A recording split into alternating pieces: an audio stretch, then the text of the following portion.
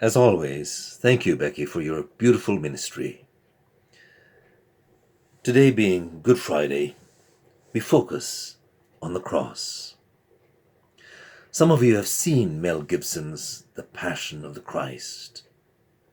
Perhaps with nerves jangling, you watch the suffering of Christ in more detail than the human eye can capture. The Romans practiced the art of making death excruciating. It was their way of subduing every aspiring freedom fighter. No one wanted to die in that horrifying manner, flogged, shamed, and writhing to breathe for hours until death mercifully brought everything to an end. There was no justice in the crucifixion of Christ.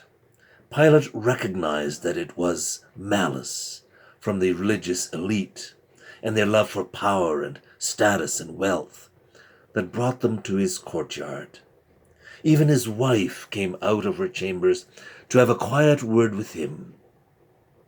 She said, "I have heard him speak, and his words drop wisdom and speak God's truth and love and mercy. He is a good man." Perhaps she was a secret follower. But Pilate was trapped by his insecurities and the clever machinations of the religious authorities.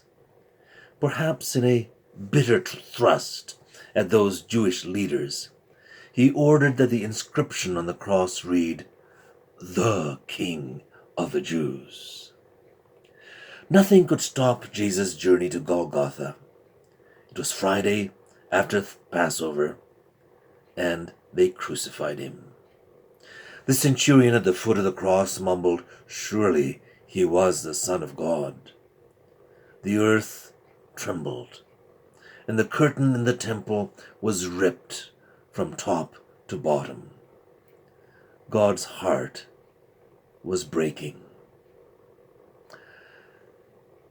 We still live in a Good Friday kind of world, where goodness is treated like weakness, and truth is forever on the scaffold, and wrong is on the throne.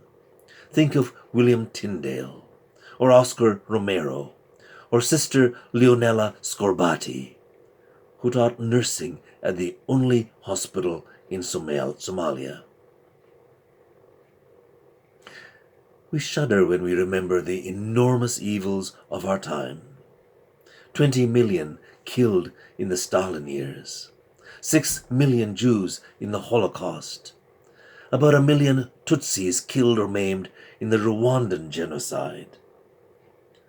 On March 14th, just about a month ago, there was an inquiry in El Salvador involving the army officers who had ordered the killing of some 30 years ago of everyone in the little village of El Mazote, including 140 young children who were carelessly tossed into a common grave.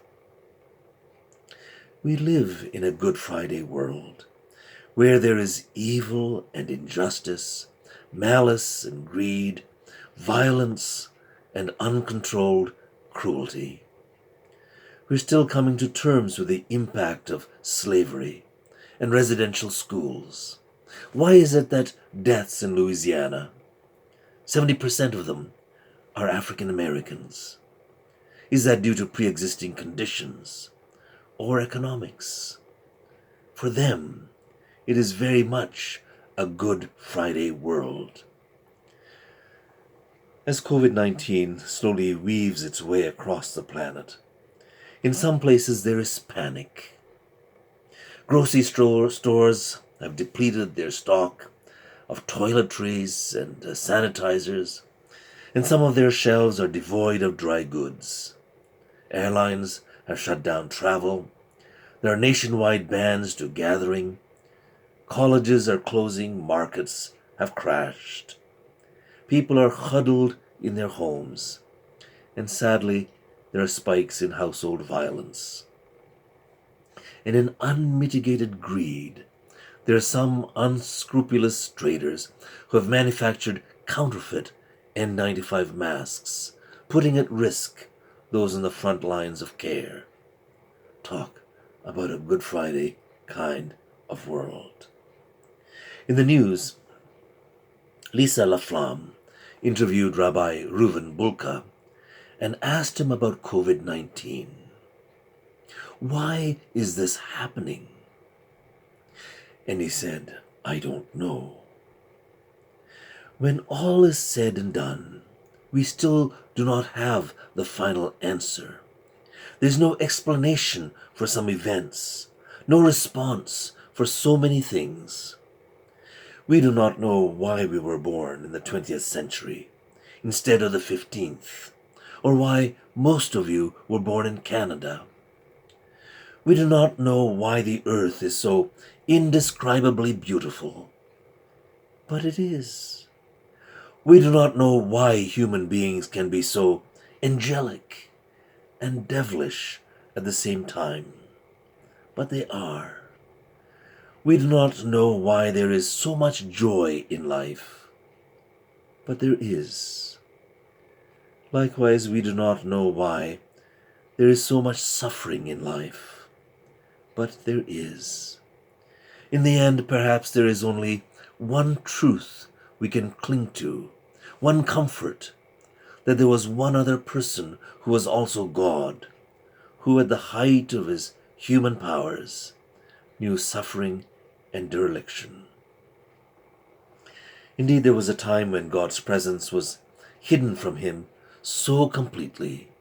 He cried out in anguish, my God, why have you forsaken me?"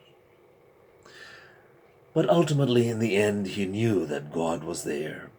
With his final breath, he could whisper, "My Father, into your hands I commend my spirit." And God was there, and that presence made his darkness light. Jesus was suffering, but God was there with him, and he is with us in our darkest moments. And there is nothing in us but to say, "Father, into your hands I commend my spirit." Why? Because this is still God's world, and he has the final word.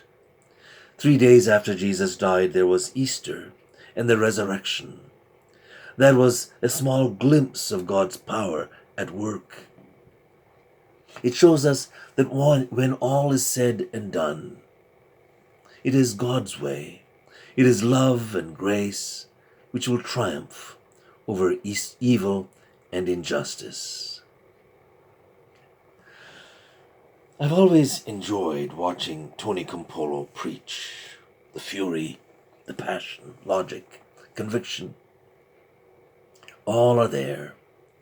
And what preacher has not used this story? Tony Campolo belongs to a black church in West Philadelphia. One Good Friday service, there were 7 people preaching, back to back. And finally the pastor of the church got up to preach. For an hour and a half, he stood that congregation on its ear with just one line. It's Friday, but Sunday is coming. He started the sermon real softly by saying, "It was Friday. It was Friday. And my Jesus was dead upon the tree. But that was Friday, and Sunday's coming." One of the deacons yelled out, "Preach, brother, preach." It was all the encouragement that he needed. He came on louder. It was Friday, and Mary was crying her eyes out. The disciples were running in every direction like sheep without a shepherd. But that was Friday, and Sunday's coming. Women were waving their hands in the air, Pentecostal-like perhaps, calling softly, "Well, well, well, well." Some of the men were yelling, "Keep going, keep going." And the preacher kept going and picked up the volume. It was Friday. The cynics were looking at the world and saying, "As things have been, so they shall be. You can't change anything in this world." But those cynics did not know it was only Friday. Sunday's coming. It was Friday, and on Friday, Pilate thought he had washed his hands of a lot of trouble. The Pharisees were strutting about, laughing and poking each other in the ribs. They thought they were back in charge of things, but they didn't know it was only Friday. Sunday's coming. Over and over he went at the congregation. It's Friday, but Sunday's coming. It's Friday, but Sunday's coming. At the end of his message, everyone was exhausted and really could not take much more. And he just yelled at the top of his lungs, "It's Friday!" And 500 voices yelled back with one accord, "Sunday's coming." In the gloom and the darkness, and for those on the brink of despair, and fearing the unknown, we say this: we know it is God's world, and we keep on believing and loving and serving and giving of ourselves, because it may be Friday, but Sunday's coming.